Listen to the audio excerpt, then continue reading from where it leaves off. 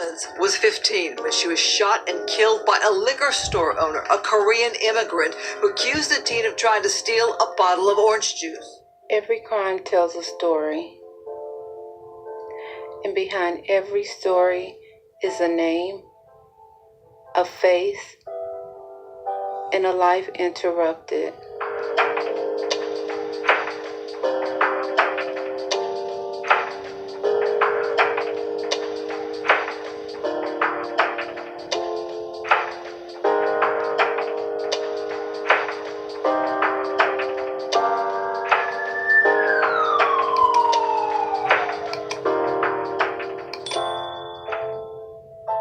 South Central Los Angeles, a stretch of California that's often misunderstood and misrepresented. In the early 90s, it was a community of rhythm, resilience, and struggle, where tight-knit black and brown neighborhoods fought to survive under the weight of poverty, police violence, and racial tension. A place where children played on cracked sidewalks lined with liquor stores, pawn shops, and car washes. The sound of hip-hop, church choirs, and sirens were a constant reminder of both the culture and the chaos. South Central wasn't just a place on the map. It was a reflection of what it meant to be black or brown and striving in America, where generational dreams collided with systemic barriers, where tension between the LAPD and the community, along with simmering racial divide between black and Korean residents, was fueled by economic disparities and fed media-driven stereotypes. South Central Los Angeles became a place where many felt their lives were reduced to a statistic rather than valued as human. With me being a huge fan of Tupac, I've definitely heard the name Latasha Harlins in some of his songs, but I never knew her story. After recently coming across it, I was surprised I had never came across it sooner. However, looking back, I remember the media at the time was consumed with the horrific beating of Rodney King, so Latasha's story slipped into the background. And like so many others, I never knew about this heartbreaking story. So today, we'll shine light on the tragic story of Latasha Harlins. Born on January 1st, 1976 in East St. Louis, Illinois, to Crystal Harlins and Sylvester Akoff Sr., Latasha Harlins was the oldest of 3 children. Described as a bright, driven young woman with a deep love for basketball and a quiet strength beyond her years. In 1981, her family relocated to Los Angeles, California. In 1985, at the age of 9, Latasha and her siblings would endure an unimaginable loss. Their mother, Crystal, was unalived by gun violence. Not long after, their father became absent, offering no financial support, leaving Latasha and her siblings to cope with the devastating loss of both parents. Raised by her grandmother, Ruth Harlins, in a crowded home in South Central Los Angeles, alongside her younger siblings, Vester and Christina, and their cousin, Shanice. Latasha was forced to grow up fast, finding strength in the love of her family and the support of her community. Even while facing personal tragedies, Latasha would still remain hopeful and resilient. In middle school, she ran track and consistently made honor roll. By the time she entered Westchester High School as a freshman, she dreamed of becoming a lawyer and taking care of her grandmother. To those who knew her, she was the neighborhood's big sister, a protector, a motivator, and a young woman who always looked out for others. Just 13 days after the world watched Rodney King be brutally beaten by the LAPD officers, another tragic act of violence unfolded in South Central Los Angeles. Video of the 1991 beating of Rodney King by LAPD officers is infamous. But 2 weeks after this, there was a case that would also shake South Central LA to its core. On the morning of March 16, 1991, 15-year-old Latasha Harlins was dropped off at Empire Liquor Market near West 91st and South Figueroa Street, just minutes away from her home. Being that the store had a long-standing reputation in the black community for racial profiling customers, Latasha's grandmother had warned her not to go there. But only needing a single item and with no closer option, Latasha thought she'd run in, grab a bottle of orange juice, and head home. At around 10 o'clock a.m., Latasha entered the store. Already in the store at the time was Sun Ja-do, the Korean store owner, who stood behind the counter, and two other customers. Latasha walked to the back cooler, picked up a $1.79 bottle of orange juice, placed it in her backpack, leaving the backpack open with the orange juice still visible, and then took out $2 out of her pocket. Carrying both the backpack and the money in her hand, she approached the counter. Before she could say a word, Sun Ja-do immediately accused her of stealing. Within seconds, Sun Ja escalated it into a physical confrontation. Sun Ja reached over the counter, grabbing Latasha's sweater and backpack.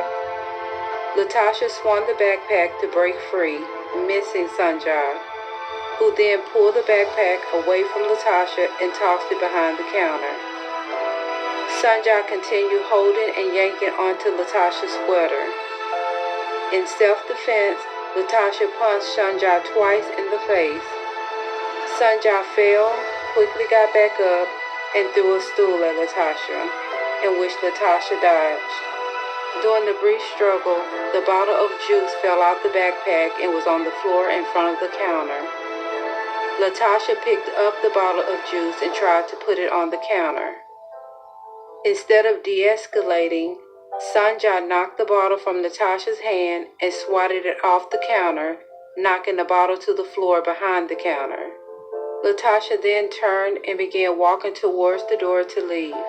That's when Sun Ja reached under the counter, grabbed a .38 caliber handgun from his holster, and fired. The bullet struck Latasha in the back of the head, unaliving her instantly.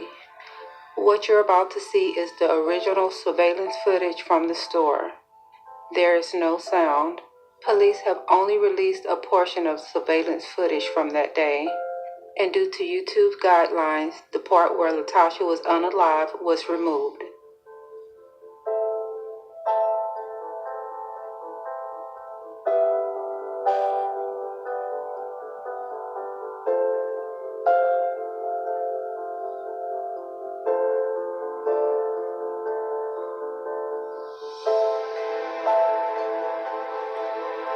Outside, Sun Ja's husband, Billy Do, was on break, asleep in their van. Awakened by the gunshot, he rushed inside and found Latasha lying lifeless on the floor. Sun Ja, claiming she fainted, collapsed in his arms. He would then call 911. When police arrived, Sun Ja alleged that Latasha had attempted to steal and had threatened to take her life. She claimed she asked Latasha if she planned to pay, but two eyewitnesses, the customers inside the store, told a different story. They testified that Sun Ja never asked Latasha any questions and never gave her a chance to pay. Instead, they said Sun Ja immediately became hostile, calling Latasha a derogatory name and initiating the physical altercation. Neither her and Latasha make any threats. Back in 1991, the 15-year-old lost her life in a liquor store over a bottle of orange juice. The clerk said she thought Harlins put it in her backpack to steal. The two struggled, and as Latasha walked away, she shot and killed her. Investigators later said Latasha died with the dollars to buy it clutched in her hand. And the entire incident was captured on the store surveillance camera. After the initial investigation at the Empire Liquor Market, Sun Ja was arrested on suspicion of unaliving. She was held without bail at the Civil Brand Institute for Women for 10 days, before making her first appearance on March 19, 1991, in the Compton Municipal Court. There she was formally charged with first-degree unaliving and pled not guilty. She was released on a $250,000 bail. Due to the publicity and public outrage, the trial was moved out of Compton and relocated to Los Angeles County for security and fairness concerns. On September 30th, 1991, the trial of The People versus Sanjay Dutt began. Sanjay's attorney claimed self-defense. They argued that after being struck by Latasha during the confrontation, Sanjay feared for her life. They claimed she believed Latasha was going to unalive her and that she fired the gun accidentally in a moment of panic. At one point, Sanjay even implied that she suspected Latasha might have been in a gang, an unfounded assumption that played into dangerous stereotypes and racial biases. Throughout the proceeding, Sanjay displayed a chilling lack of remorse and accountability. The prosecution would tell a different story. The two eyewitnesses, who were children themselves, gave an unwavering, detailed account that directly contradicted Sanjay's claim, and the store surveillance footage confirmed what the witnesses described. Prosecutors argued that this was no accident. It was an intentional, unjustified unaliving, rooted not in fear, but in prejudice and rage.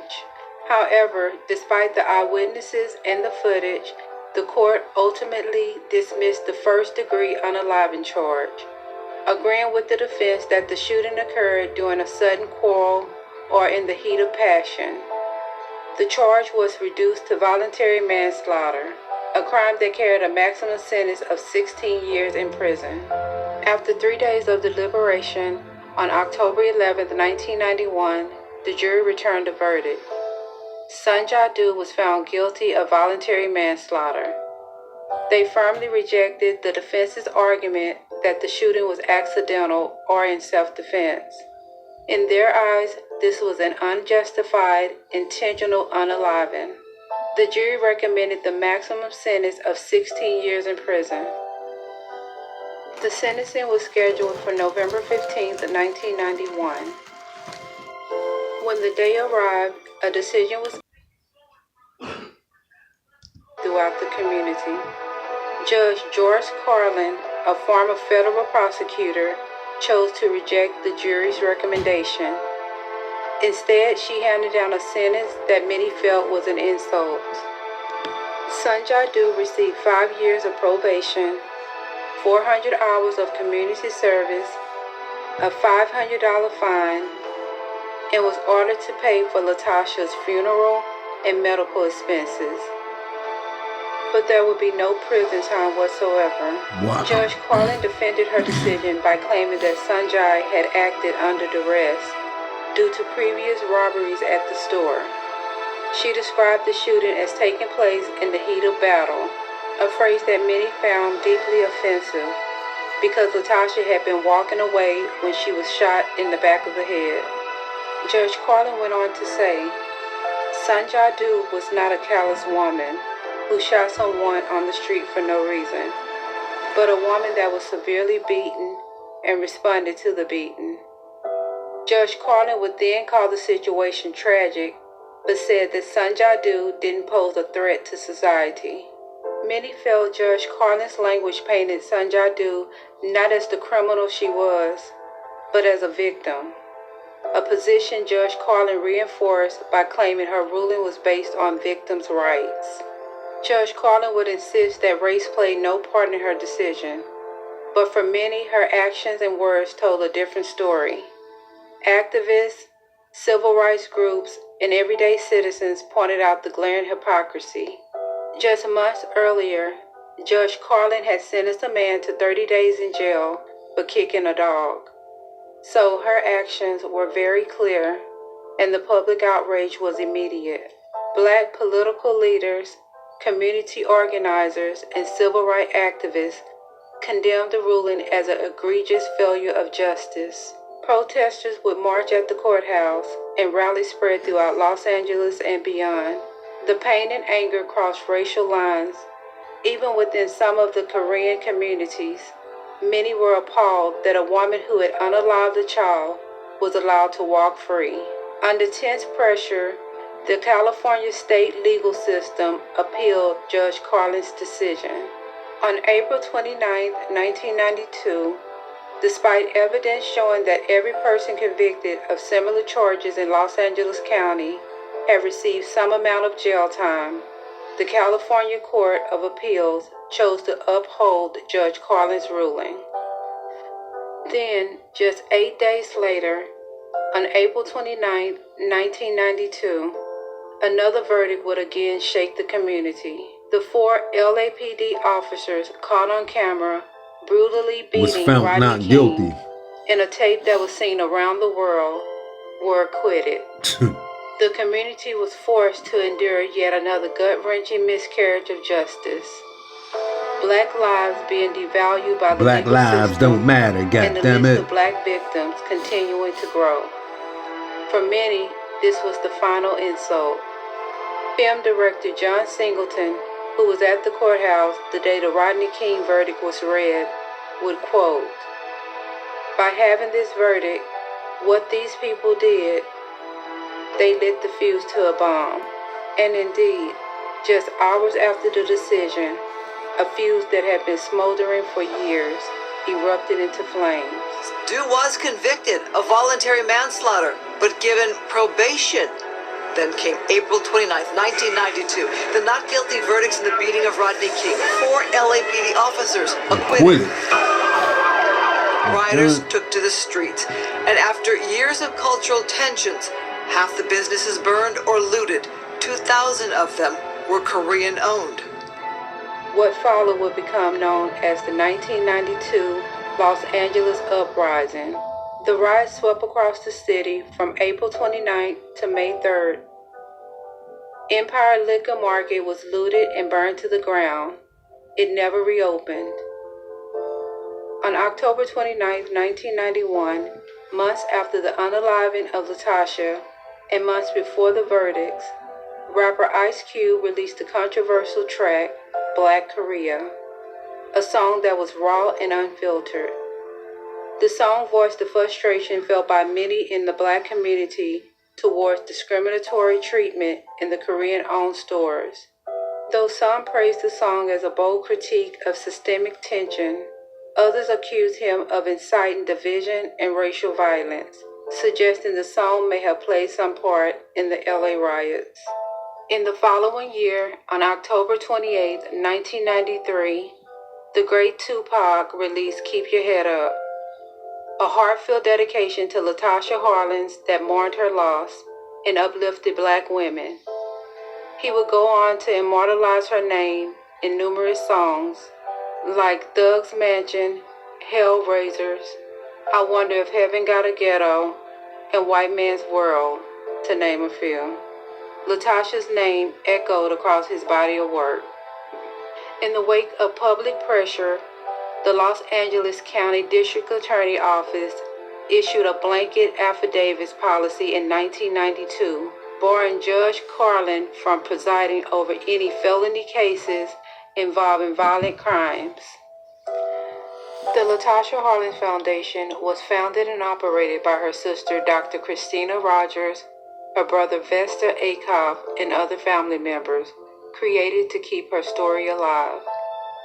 In 2019, a documentary was released called A Song for Latasha, which honored her life. And on March 16, 2021, on the 30th anniversary of her life being tragically taken, the playground where she once played was renamed in her honor. It's been 70 years since the unaliving of Emmett Till. 34 years since the unaliving of Latasha Harlins. 5 years since the unaliving of Breonna Taylor. 3 different names, 3 different times, and yet the same disturbing pattern. A justice system that consistently failed to protect and value black lives. This was not just a senseless crime. It was a devastating reflection of racial profiling and the casual criminalization that black and brown communities endure every day. And still today, the nation struggles under the weight of its past and the reality of its present. It's a reminder that these cycles of pain and protest will not end until justice is measured by the nature of the crime and not the color of the skin. No story is forgotten. No voice should go unheard. Sending my deepest condolences and prayers to the family and friends of Latasha Harlins. Until the next time, thank you for watching Shades of Crime.